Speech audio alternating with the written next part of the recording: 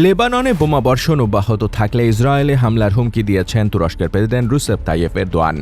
পাশাপাশি ইসরায়েলের প্রধানমন্ত্রী বেনিয়ামিন নেতানিয়াহুকে রক্ত ও ঘৃণার অন্ধ বলে অভিযুক্ত করে বলেছেন, আক্রমণ না করার কোনো কারণ নেই। খবর টেলিগ্রাফের। এরদোয়ান বলেন, যুক্তরাষ্ট্র ও ইরানের মধ্যকার যুদ্ধে যদি পাকিস্তান মধ্যস্থতা না করত, তাহলে আমরা ইসরায়েলকে তার জায়গা দেখিয়ে দিতাম। যেমন আমরা লিবিয়া ও কারাবাখে প্রবেশ করেছি, তেমনি আমরা ইসরায়েলেও প্রবেশ করতে পারি। এটি না করার কোনো কারণ নেই। তুর্কি প্রেসিডেন্টের বক্তব্যটি এমন সময় এলো যখন কিনা তুরস্কের প্রসিকিউটররা নেতানিয়াহু সহ ইসরায়েলের ৩৫ জন শীর্ষ কর্মকর্তার বিরুদ্ধে অভিযোগপত্র দাখিল করেছে, যেখানে মোট ৪,৫০০ বছরেরও বেশি কারাদণ্ডের আবেদন করা হয়েছে।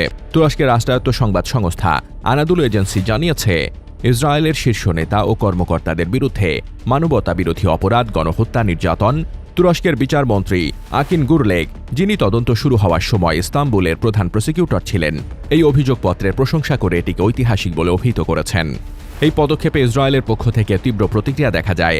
সামাজিক যোগাযোগ মাধ্যমে এক পোস্টে নেতানিয়াহু লিখেছেন, এরদোয়ান নিজ দেশের কুর্দি নাগরিকদের গণহত্যা করেছেন।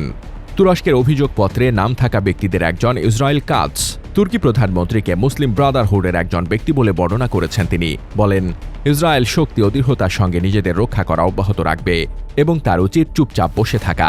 এরদোয়ানের সমালোচনা করে ইতামার বেন গাভির হিব্রু ভাষায় টুইট করে বলেন, এরদোয়ান, তুমি কি ইংরেজি বোঝো? একসময় ইসরায়েল ও তুরস্কের মধ্যে সম্পর্ক ভালো ছিল।